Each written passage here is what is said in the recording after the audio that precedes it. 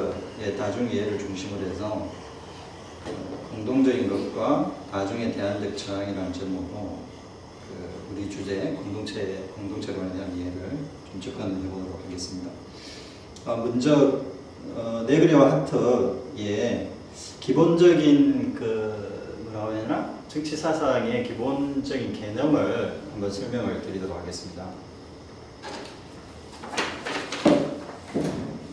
이제 크게 이렇게 나눌 수 있습니다. 다중, 제국, 저항,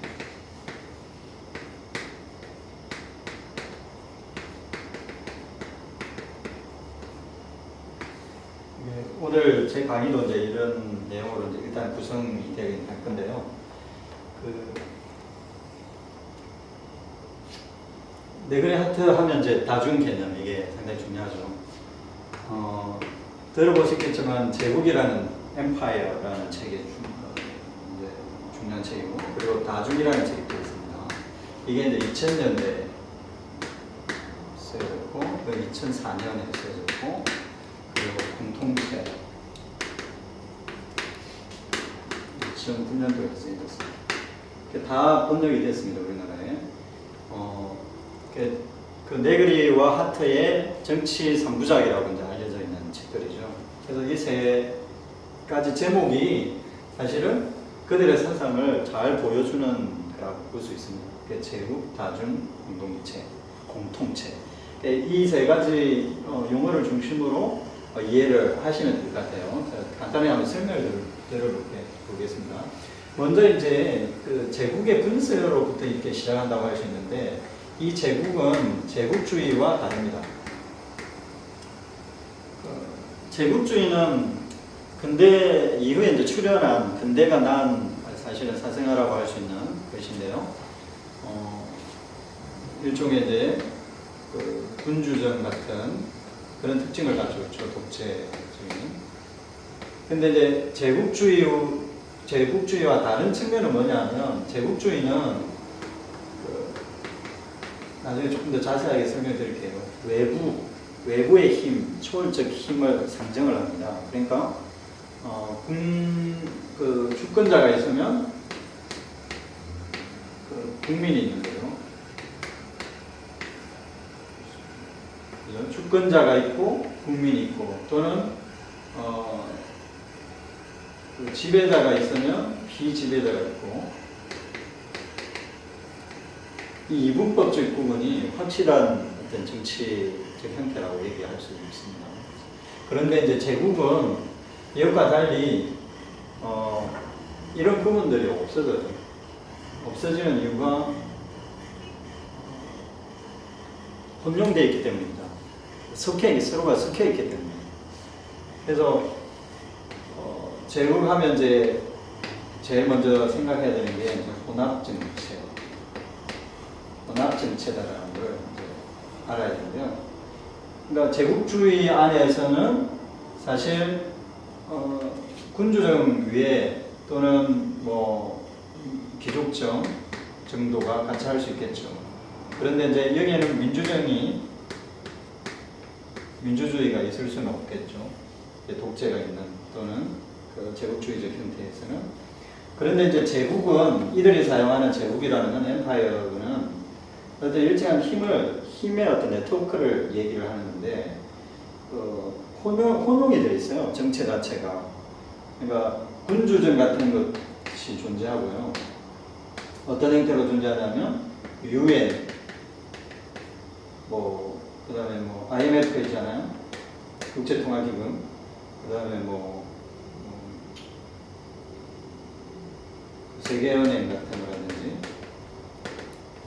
그 다음에 세계보건기구라든지, 이런 국제기구들 있잖아요. 국제기구들이 사실은 국제적 네트워크를 가지고 있는 형태인데, 여기서 보면, 어떻게 보면, 일종의 이제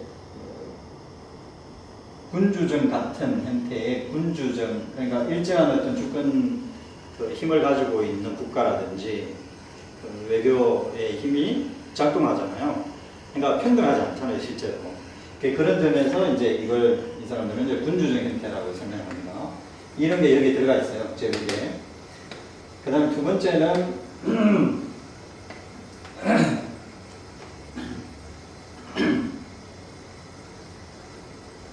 그 자원을 분배하고 교환하는 자원의 분배와 교환을 가능하게 하는 그 다국적 기업 같은 거. 이게 이제 제국 형태로 이제 존재하는 거죠. 이거는 이제 귀족정이라고 표현을 하더래요, 이 사람들이. 귀족정. 왜 그러냐면 이 다국적 기업은 사실 자본을 중심으로 해서 평등한 것처럼 보이긴 합니다. 그런데 특정한 계급, 부르주아 계급이 사실은 획득한다는 측면에서 이제 귀족정이라고 볼 수 있겠죠.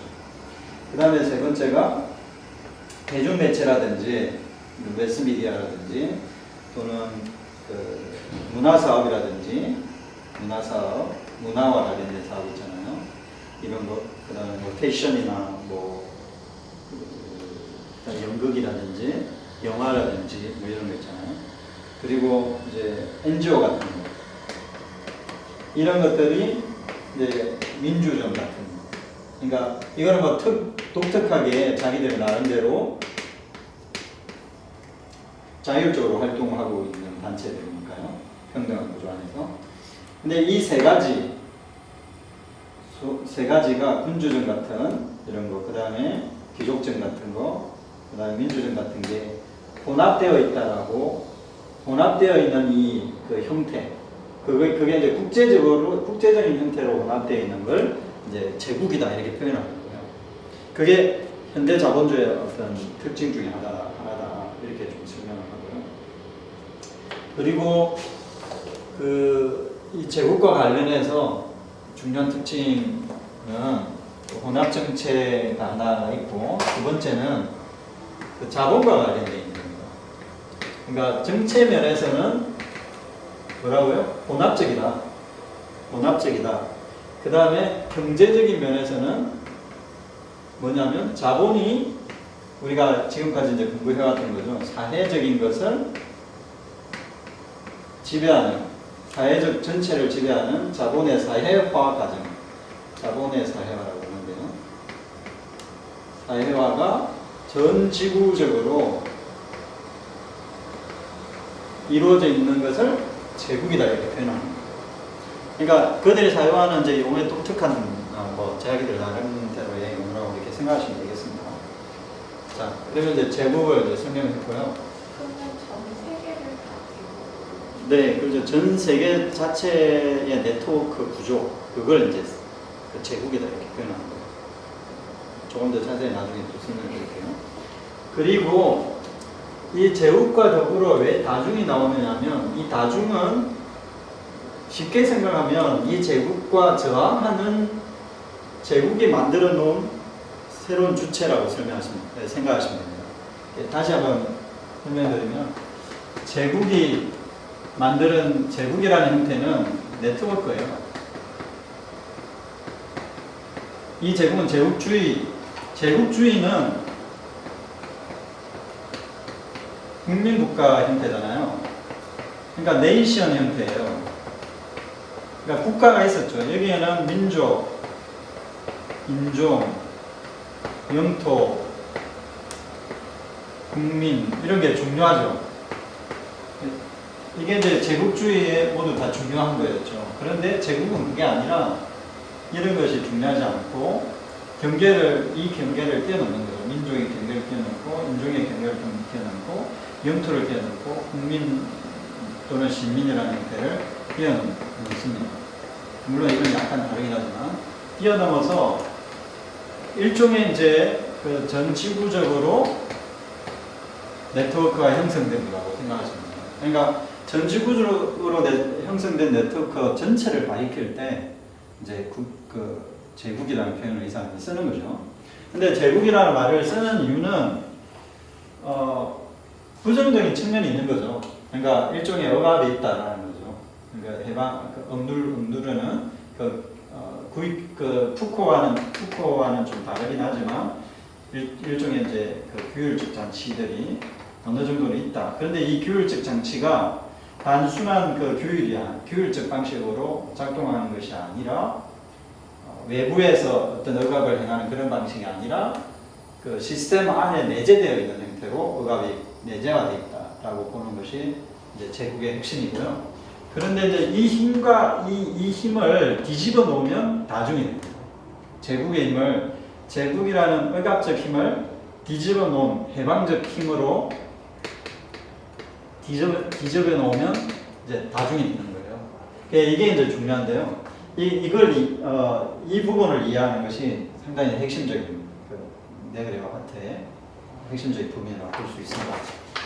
다시 말씀드리면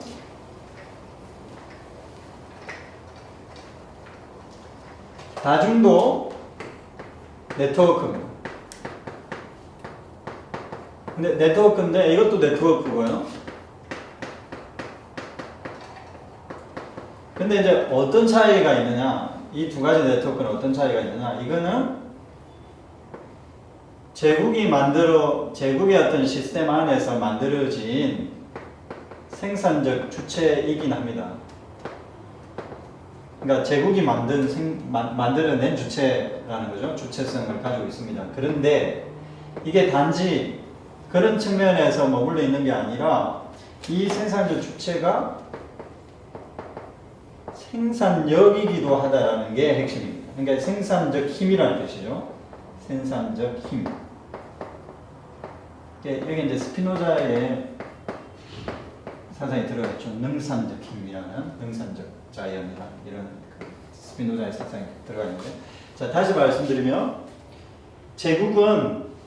다중은 제국이 생산한 주체입니다. 그러니까 제국이라는 형태의 조건 속에서 발생하는 거죠. 그러므로 다중은 제국의 바깥에 있는 게 아니라 제국 안에 있습니다. 안에 있는데 이 다중의 힘이 제국과 관련해서 저항적인 힘으로 작동하는 거죠. 그냥 억압적 구조에 수동적으로 있는 것이 아니라 저항적 힘으로 작동할 수 있는 이유는 이 다중 자체가 어떻게 한다고요? 생산을 하기 때문입니다. 생산의 힘을 가지고 있기 때문입니다. 그래서 이 다중이 해방적 힘으로 제국을 뒤엎을 수 있는 혁명적 힘으로 작동할 수 있다는 게 이 사람들의 생각인 거죠.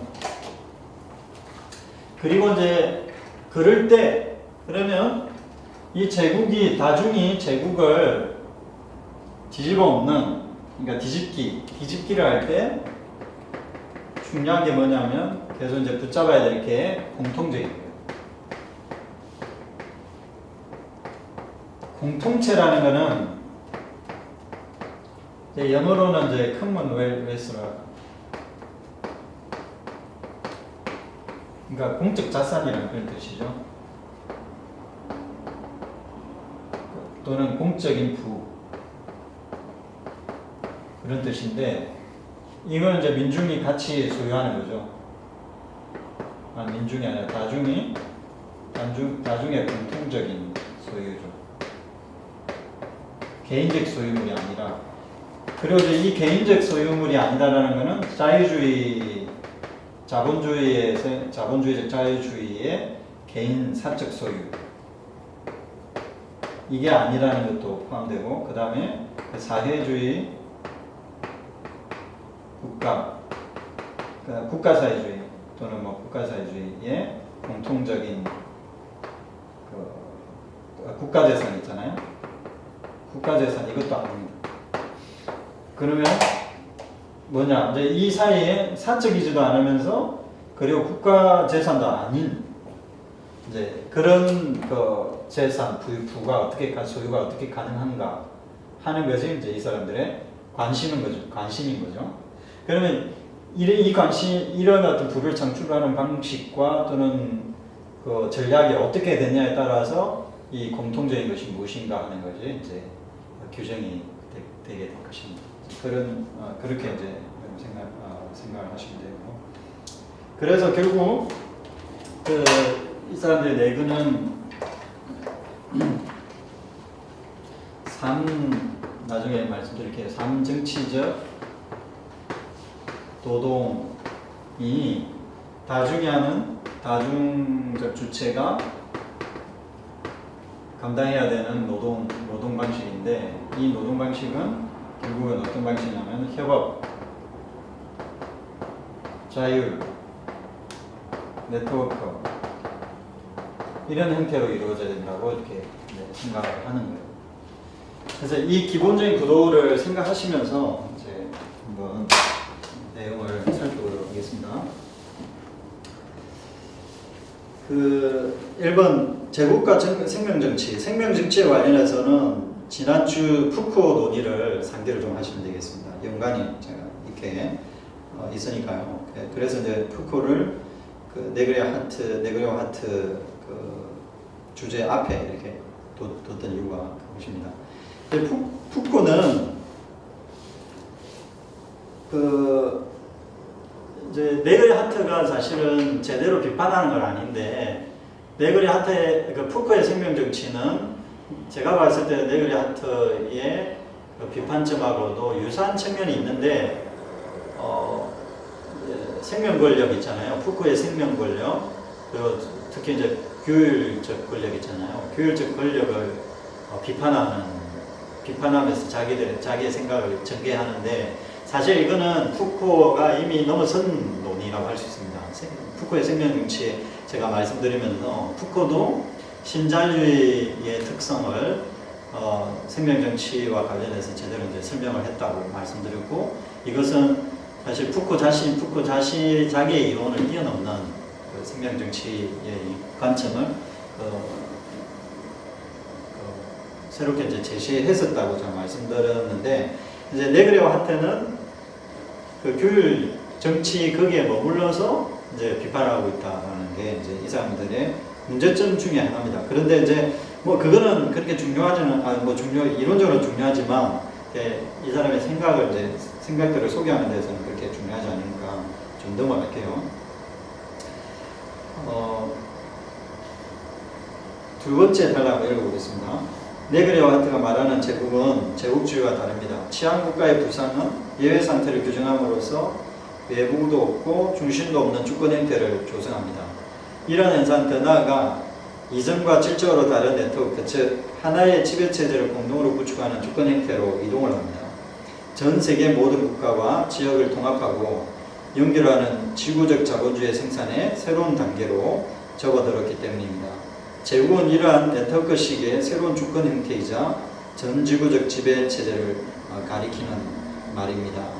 자, 그런데 이런 전 지구적 그 지배 체제가 나타날 수 있었던 그 배경에는 1970년도에 컴퓨터 있잖아요. 컴퓨터가 등장하면서 그 인터넷 이런 것들이 등장하면서 이제 인지자본주의라는 것이 카그니티브 캐피탈리즘이라고 하는데, 인지자본주의 같은 그 지식이나 아니면 정보 있잖아요.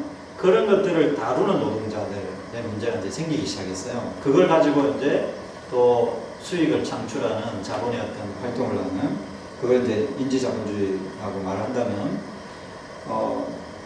이 인지자본주의의 등장과 함께 어떻게 보면 노동도 변화되었다는 거예요. 그러니까 자본주의가 변화되고 자본주의의 체질 자체가 변화되면서 그 자본주의에 종사하는 그 노동력 또는 노동 생산 방식도 변화되었다 하는 것이 이제 핵심입니다. 그러면 여기에서 이제 중요한 거는 보이지 않는, 특별히 이제 비물질적인 것 있잖아요. 비물질적인 것과 관련된 노동, immaterial labor라고 그러는데, 그 비물질적인 노동과 관련한 이제 새로운 생산 형식이 나타났다는 겁니다. 이제 간단하게 말해보면 이 비물질 노동이라는 것은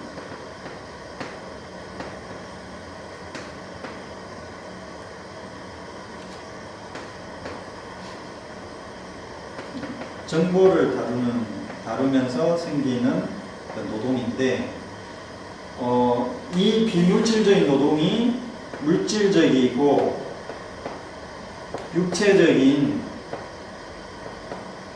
노동의 영역까지도 보습하게 됐다는 거예요. 뭐 어려운 말은 아닙니다. 왜냐하면 내가 예를 들어서 IT 회사에서 일을 한다 생각해 봅시다. 그러면 뭐 육체적으로 피곤하지 않습니까? 아니잖아요. 머리를 쓴다고 비물질적인 걸 다루는데 사실 손에 잡히는 게 크게 많이 없다고 볼 수도 있는데 사실 비물질적인 노동을 다루면서도 사실은 물질적인 것과 육체적인 노동이 사실 연루가 되어서 새롭게 재편하는 형태가 된 거죠. 그러니까 이전과는 달리 내가 땀을 흘리면서 노동을 하는 건 아닌데 노동을 하고 있는 거예요. 근데 그 노동은 어떤 측면이 훨씬 더 부각이 될까요? 육체적인 노동이긴 한데 어떤 육체적 측면이 좀 신체적 노동이긴 한데 어떤 측면이 부각이 되겠어요? 머리를 뭐 두뇌? 두뇌도 두뇌겠지만 두뇌도 두뇌지만 일종의 이제 감정, 그러니까 정서적 측면이 상당히 영향을 많이 주게 되겠죠. 이게 정념이라고 하기도 하고 정동이라고 하기도 하고 하는 그런 뭐라고 보시는데 감정 노동인 거죠. 감정 노동을 요구할 수밖에 없는.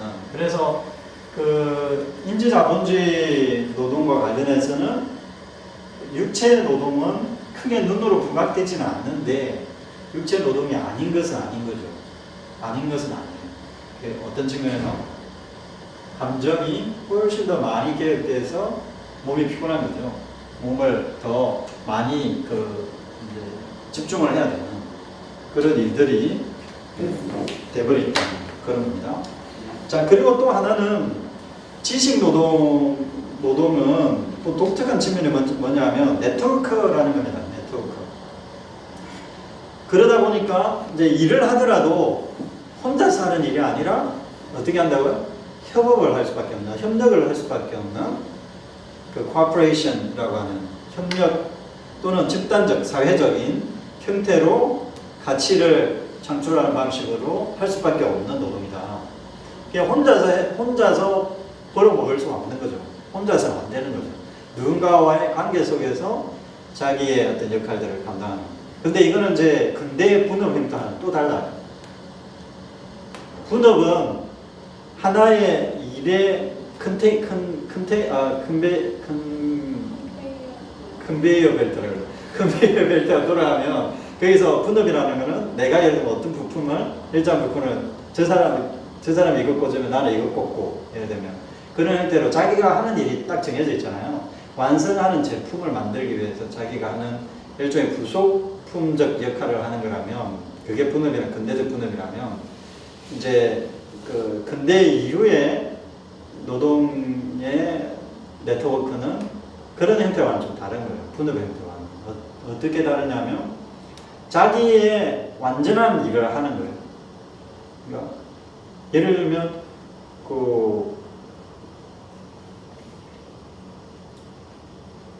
TV 같은 걸 생각해 봅시다.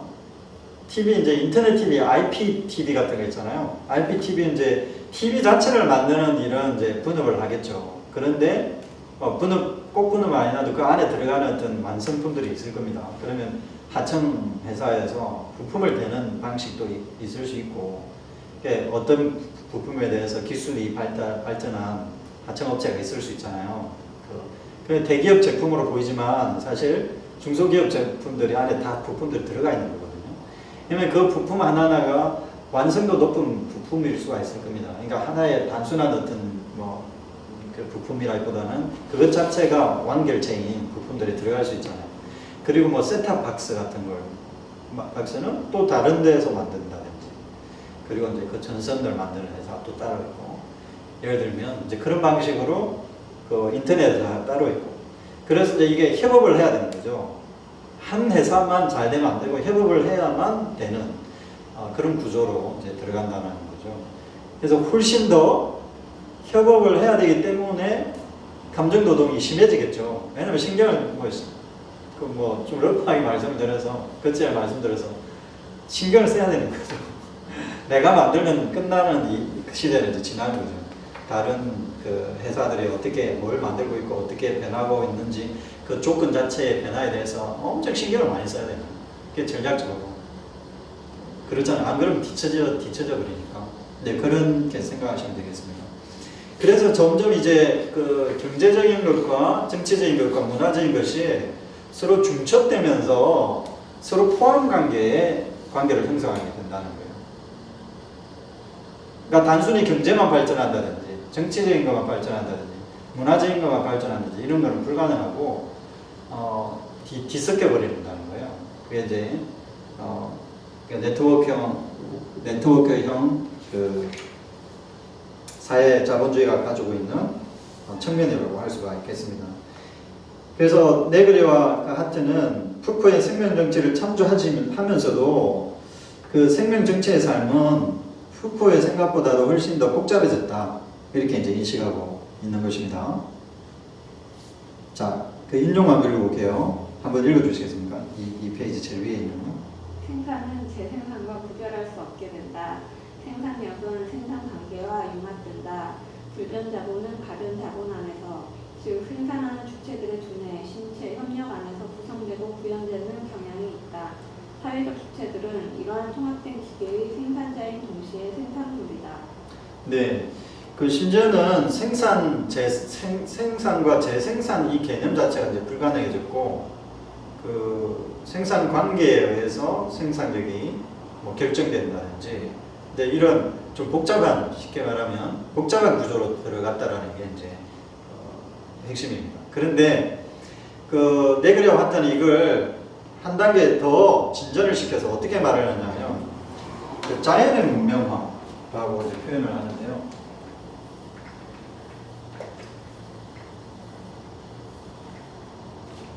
아까 제가 말씀드렸던 자본의 사회와 하고 이제 비슷한 말인데 자연의 문명화.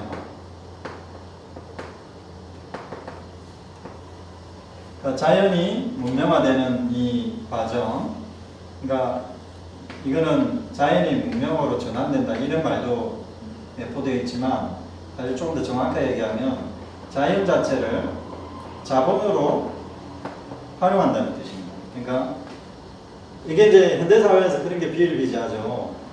그 대표적인 게 뭐 저기 그거잖아요. 평창 올림픽. 그러니까 자연을 그 평창 같은 데에서만 스케이트를 할 수, 예를 들면 강원도 같은 우리나라 최적으로 스케이트를 할 수 있는 데는 이제 강원도잖아요. 그 자연을 자본의 어떤 수단으로 이제 사용하는 건데 단순히 자연을 자본의 그 도구 또는 대상물로 사용하는 그거는 이제 근대죠. 근대가 이제 그런 거였잖아요. 그래 이 자연의 문명화라는 건 단순히 자연을 도구로 삼아 문명화를 발전시킨다는 그런 측면이 아니라 자본이 어디든 들어가 있다는 거죠. 어디까지? 자연까지 자본이 들어가서 자본에 의해서 자연의 가치가 결정되는. 그러니까 자연 그 자체로 가치가 결정되는 게 아니라 자본의 그 네트워크 속에서 자연의 가치가 결정되는 땅값 같은 이제 그런 예가 될 수 있지만 예를 들면 이제 4대강 같은 걸 자본이 국토를 자본이 투여되면서 토목공사를 할 수 있는 대상으로 삼는 그런 거죠.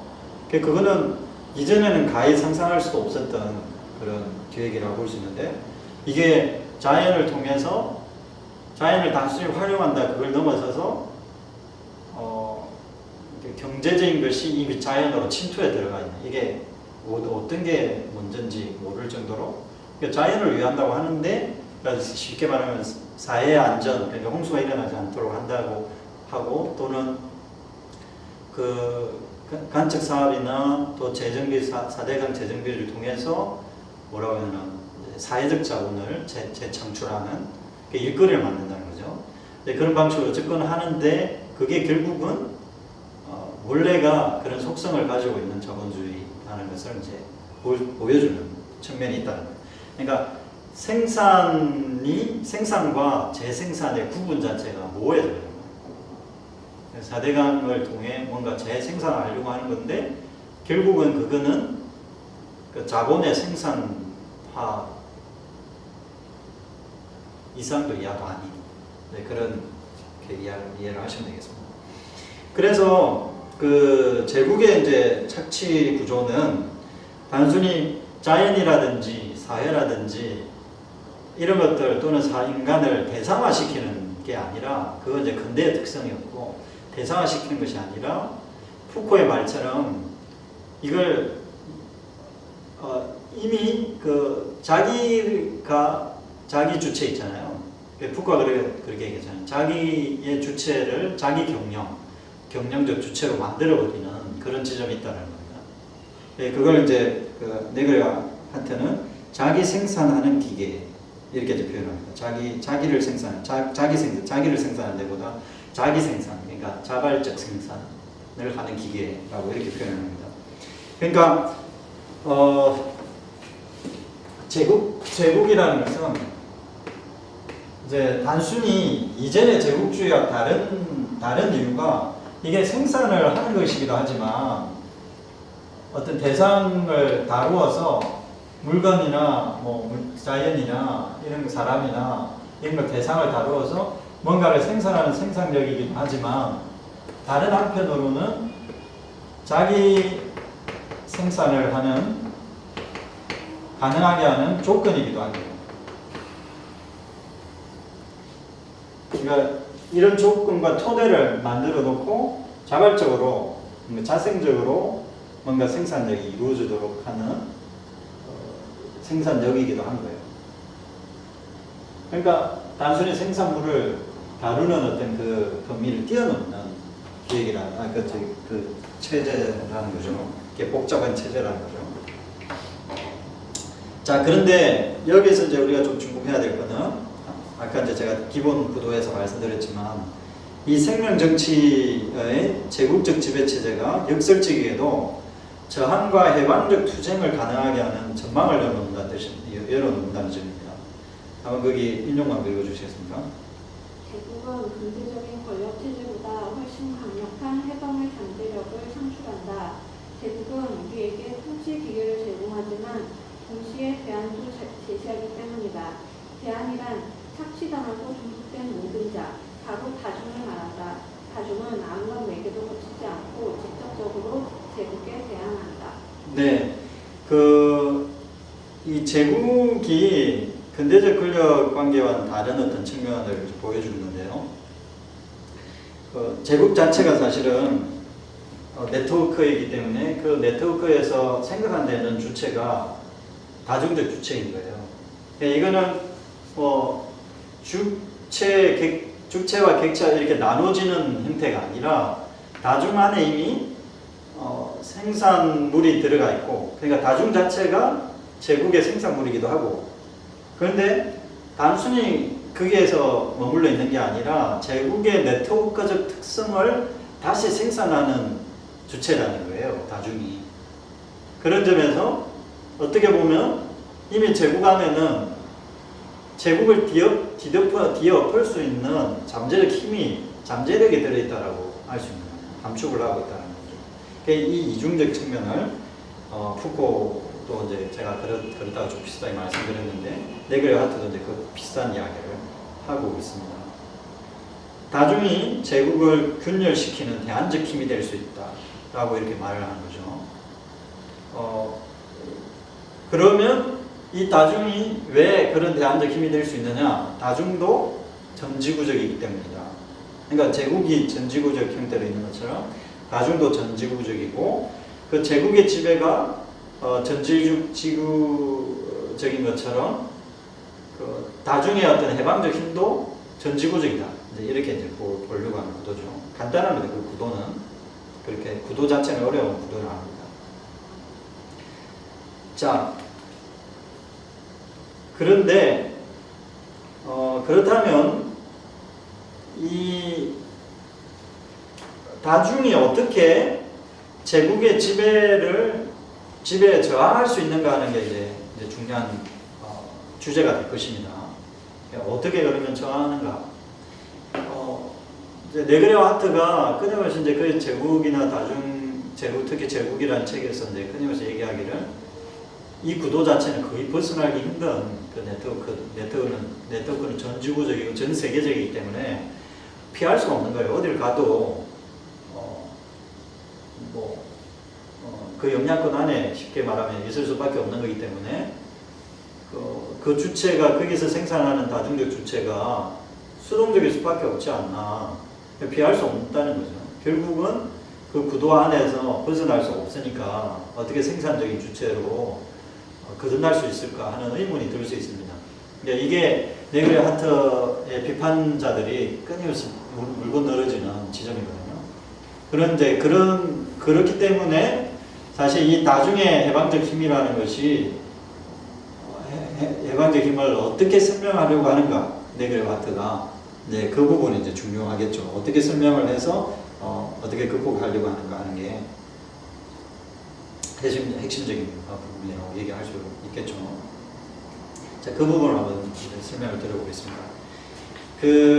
제가 이제 철학을 논하는 사람이라서 철학을 하는 사람이기 때문에 철학적인 내용을 중간에 이번에 끼워 넣었습니다. 약간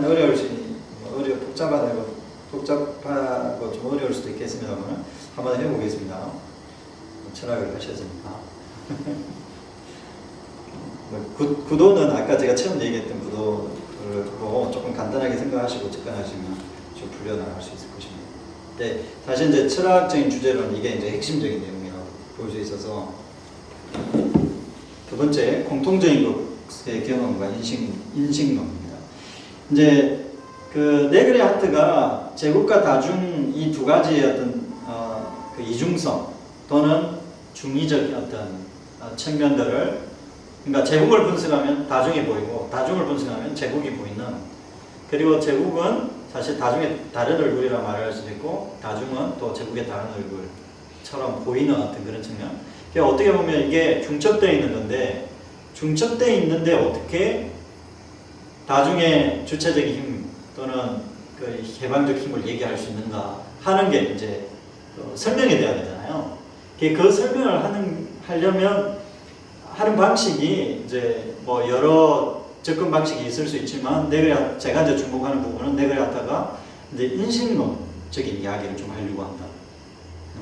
인식론이라는 것은 뭐 쉽게 말하면 우리가 어떻게 함께 공통적인 것을 생각할 수 있는가. 네, 이거라고 생각하시면 되겠습니다. 내가 인식하는 것과 당신이 인식하는 것이 어떻게 동일하다고, 뭐 같은 것이다 또는 뭐 동질적인 것 내지 비슷한 것이라고 할 수 있겠는가 하는 게 결국은 중요한 거잖아요. 그래서 이제 인식론을 끌어들이는 겁니다. 그 인용문 한번 읽어주시겠습니까?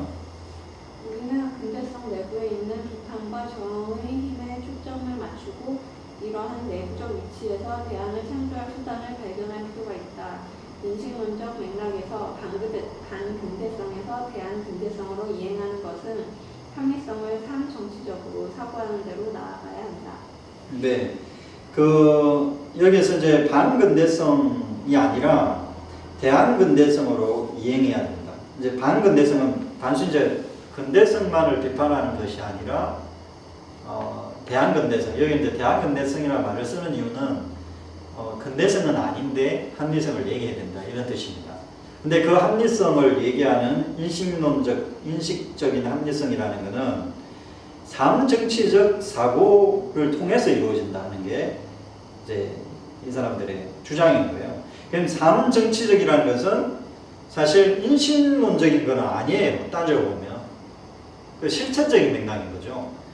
그러니까 인식론이 어떻게 실천적인 맥락과 만날 수 있는가 하는 그 이야기를 해야 되는데, 그 이야기를 할 때 스피노자의 공통관념을 가져옵니다.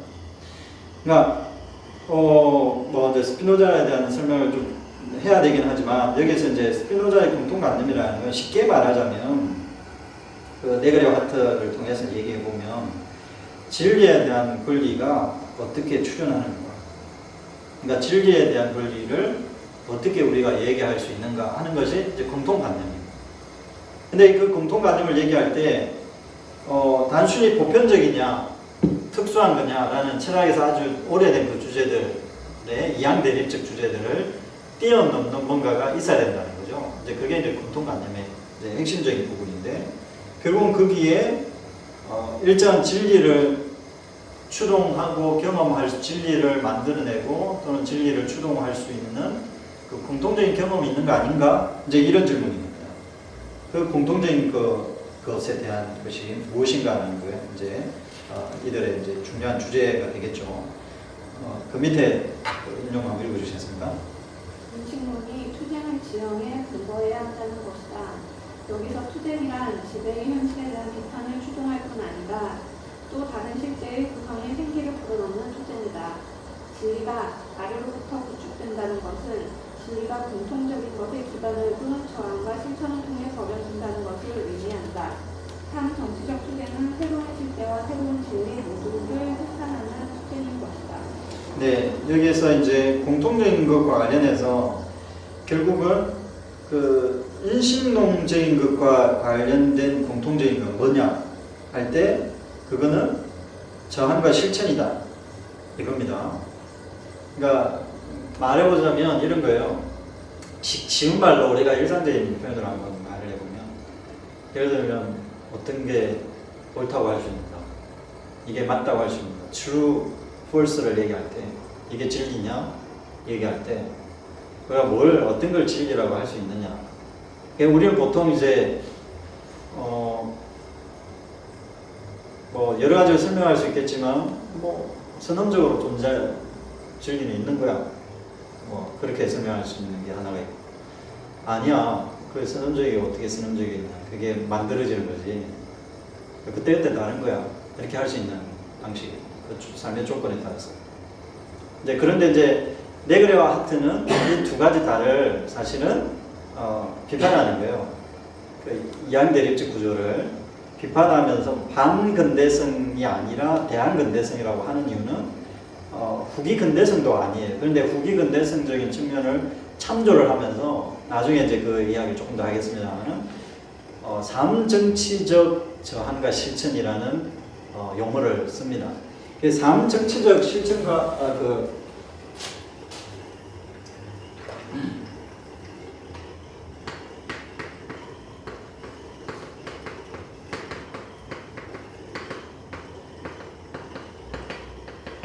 삶정치적 저항과 실천이라는 것은 이제 아까 이제 생명정치라는 것은 네그레 하타의 제국이라는 그 구도 안에서는 이미 그 다중적 삶의 조건이라고 말씀을 드렸습니다. 그럼 이 조건 안에서 내재적으로 저항하는 힘인 거예요. 저항하는 힘이고, 이것이 단순히 관념의 수준에서 머물러 있는 것이 아니라 실천을 통해서, 행위를 통해서 내재적인 것이 끊임없이 추동되는 형태라는 거예요. 다시 말하면 삶정치적 저항과 실천이 왜 진리와 관련되어 있느냐, 이제 이게 이제 질문인데, 결국 이런 거 있잖아요. 뭐라고 해야 되나? 그게 과연 바른가? 너 그거 옳다고 할 수 있어? 당신의 주장이 정말 과연 옳습니까? 예를 들면 그 주권자나 국가에 대해서 대통령이 한 말에 대해서도 시비를 걸 수 있는 그 저항이 있잖아요. 그 전체적인 구조 안에 그 조건은 이미 동일한데 그 조건 안에서 이제 국가가 또는 정부가 뭔가를 얘기를 했을 때 그거에 대해서 저항할 수 있는 힘이야말로, 또는 저항할 수 있는 행위야말로 어떤 측면에서 보면 진리가 무엇인지에 대한 끊임없는 추동일 수 있잖아요. 그죠? 당신 생각이 옳아? 예를 들면 그렇게 말을 할 수 있는 저항이야말로 우리 안에서 이제 진리가 무엇인지를 얘기할 수 있는. 그래서 나중에 이제 제가 좀 말씀드리겠지만은 공동 연구라든지 함께하는 연구, 그리고 토론이라든지 그런 거 있잖아요. 그런 걸 이제 대표적으로 이 사람이 다중적 어떤 정치의 뭐 일종의 이제 방식으로 제시를 하거든요.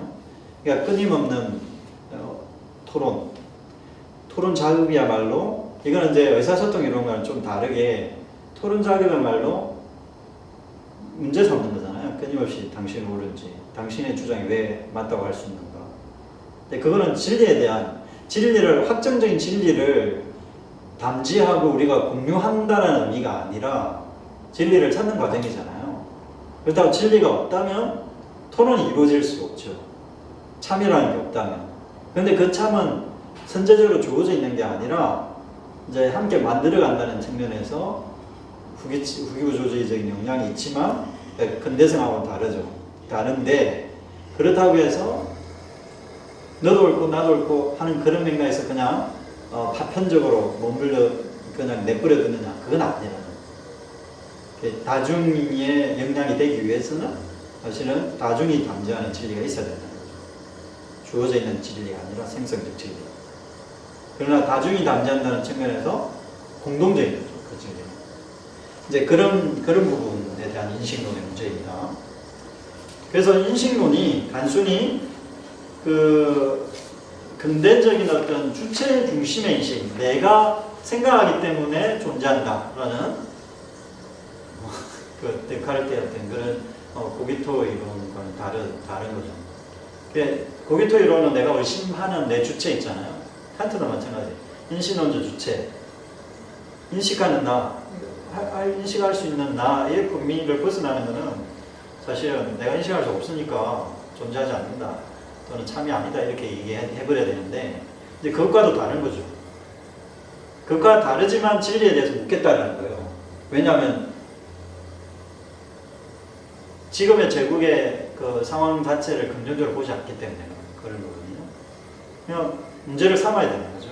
지금이 좋은 사회인가? 지금이 잘 살고 있는가? 지금 행복한가? 그런 문제를 삼음으로써 삼는 것 자체가 이제 진리를 추구하는 건데. 그렇죠. 그 행위 자체가 이제 진리가 되는 거라고 볼 수 있죠. 그러니까 선동적 진리가 아니다라는 거. 네. 절대적 진리, 소위 말하는 종교적 진리라든지 아니면 근대에서의 어떤 진리 그런 개념하고는 좀 다른 거예요.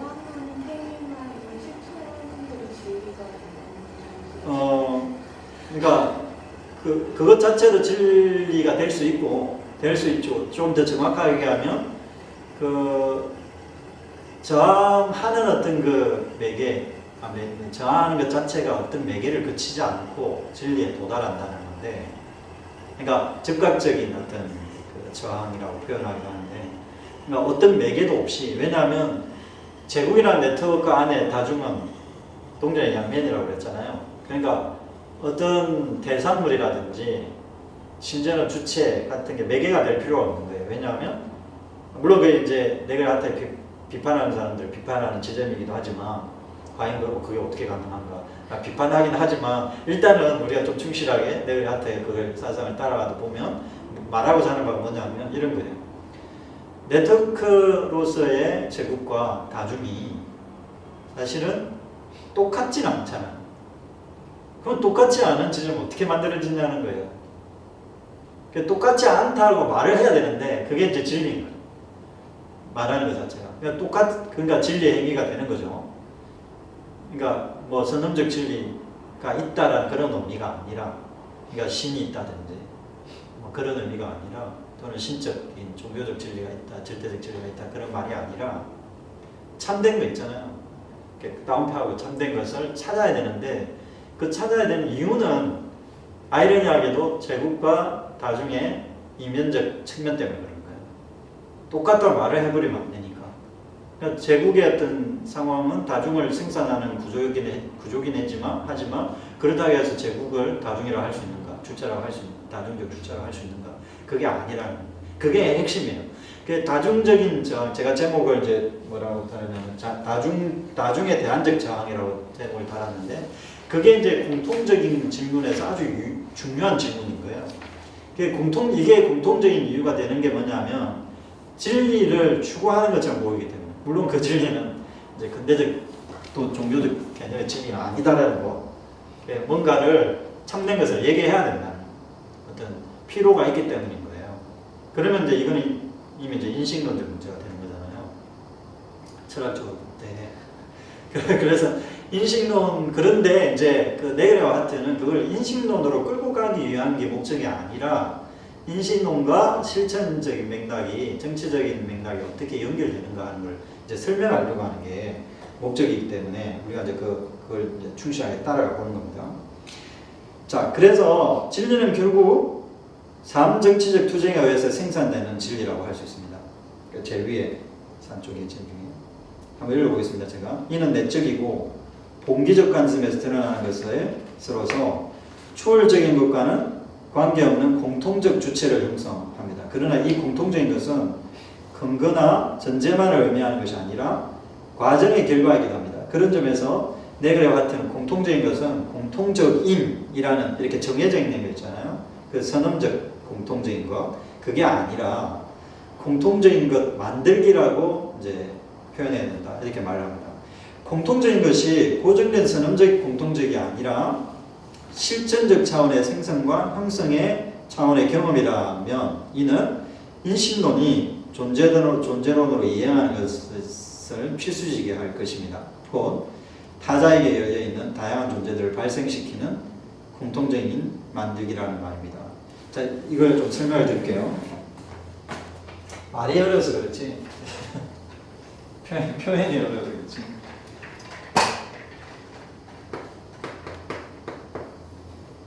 진리는 일단은 생성적 진리예요. 이 사람들에게는. 자, 그런데 생성적 진리는 우리가 얘기할 때 이걸 다원주의 내지 상대주의로 우리 기독교인들이 보통 치부하는 경향이 있는데 이렇게 하면 잘못 짚은 거죠. 그걸 얘기하는 게 아니라 생성적이라는 것은 부행적이라는 뜻. 부행적이라는 말이죠. 선행적인 게 아니라 또는 선제적인 것이 아니라 이미 있는 것으로의 진리가 아니라 만들어 나가는 진리라는 뜻에서 공통적인 물음은 인식론의 어떤 인식의 다운표하고 기반을 찾으려고 하는 거잖아요. 공통적인 걸 끊임없이. 그런데 이걸 인식론적 차원에서 접근하는 것은 이 사람들의 관심사가 아니고 이걸 실천적 맥락에서 접근하면 훨씬 더 들어맞는다는 거예요. 그러니까 진리를 실천적 측면에서 공통적인 것을 찾는 과정으로 또는 공통적인 것을 생성하는 과정으로 진리를 보면 어떻겠느냐. 이제 이렇게 이제 제안을 하고 있는 거죠. 자, 그 밑에 인용 한번 읽어주시겠습니까? 알면서 함으로의 이동, 즉 신체의 관점을 통해 드러나는 타자성을 향해 항상 열려있는 다양한 존재들을 발생시키는 것으로 강조점을 이동시키는 것이다. 그리고 이때 신체는 정동의 배치 혹은 존재의 방식, 말하자면 삶 형태이며 이 모든 것이 공통적인 것 만들기의 과정에 기초한다. 네, 그 밑에 있는 그 인용문 같이 한번 읽어주시겠습니다. 관점의 차이는 실로 우리가 각자 상이한 세계에 살고 있다는 사실을 가리킨다. 그럼에도 불구하고 모든 세계는 생성에 의해 규정되며 끊임없이 타자성과 맞물린다. 정체성과 차이는 대립하지만 공통적인 것과 특이성은 양립 가능할 뿐 아니라 서로를 구성한다. 네, 이제 중요한 표현이 지금 나오죠.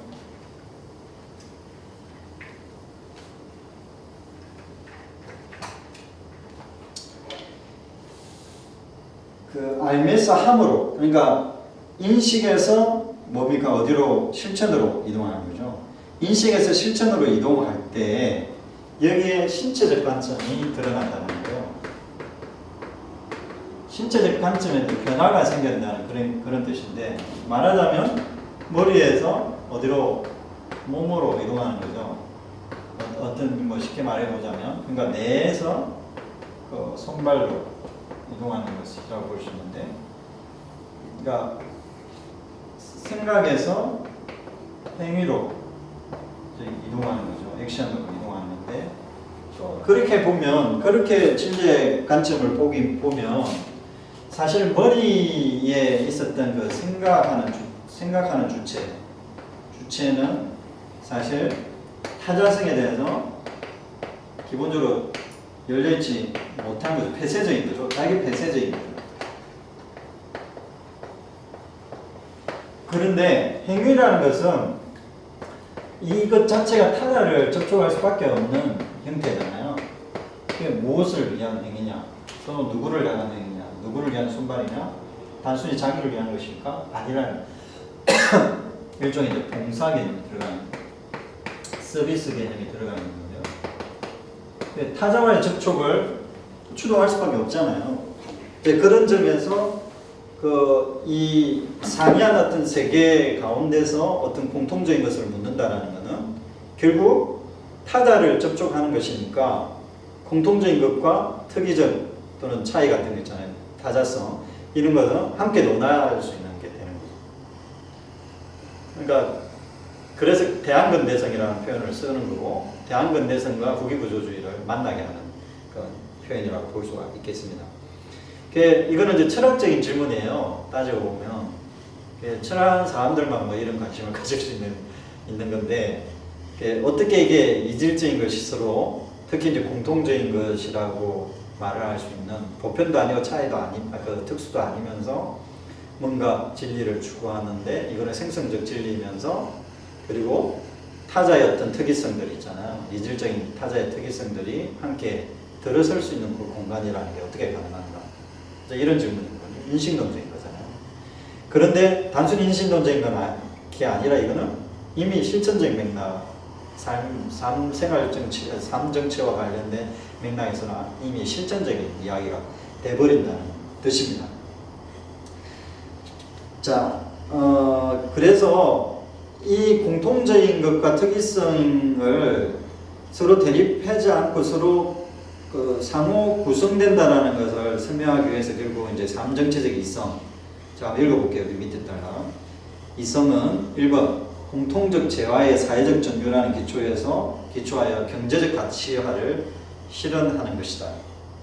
이렇게 설명하고요. 두 번째, 공통적인 것이 기회기여에 기술을 통제함으로 생활세계와 그것의 물리적 조건을 재생산해야 하는 것이다. 세 번째, 다중의 공통적인 자유의 도구로서 합리성으로 역할을 감당하도록 해야 한다. 그래서 결국은 이것은 집단적 실천을 가능하게 하는 공통적인 일종의 전략이 필요한 것이고 결국은 그건 공통적인 경험을 위한 이제 전투이다. 이제 이런 식으로 이제 풀어내고 있습니다. 이게 무슨 말이냐면요. 일본에 있는 내용은 공통적인 이야기를 할 때 경제적인 문제로 가야 된다는 그런 뜻입니다. 경제적인 그러니까 소유물, 공동 소유. 제가 앞에서 말씀드렸지만 국가 소유 말고 그 공동 소유라는 그 커먼웰스 그것으로 가는 논의가 있어야 된다는 거죠. 그럴 때는 이제 그 합리성이 필요한 거죠. 그럼 함께 도달해야 되는 뭔가가 있는 거죠. 목표 아닌 목표가. 그 다음에 두 번째 얘기하는 거는 그 기술과 관련해서 우리의 삶의 그 조건 있잖아요. 물리적 조건 자체를 변화하는 이야기로 또 가야 된다는 거예요. 그러니까 내가 살아가는 이 삶의 어떤 조건들을, 물리적 조건들을 그냥 내버려 둬서는 안 된다는 말인 거죠. 함께 우리가 어떻게 공유지를 만들어 나갈 것인가. 그런 주제 있잖아요. 공유인 내지 공유지, 이게 이제 여기에 개념이라고 할 수 있는데, 그걸 어떻게 이제 기술적인 변화가 일어난 사회에서, 네트워크 사회에서 어떻게 기술을 통제함으로써 어떻게 공동적 기술에 도달할 수 있을 것인가. 이 논의가 이제 경제적 가치와 더불어 아주 중요한 주제라는 거예요. 그 다음에 세 번째는 그 공통적인 다중의 공통적 자유의 문제. 이게 이제 집단적인 실천을 하면서도 어떻게 자유롭게 선택했다고 할 수 있는가. 그러니까 개인적이면서 집단적인, 동시에 집단적인 이 자유가 어떻게 가능한가 하기 위해서 이제 그 여러 가지 그 장치들이 필요하다. 이게 나중에 장치 문제를 제가 말씀드리겠지만 장치가 필요하다 이렇게 말을 하고 있는 겁니다.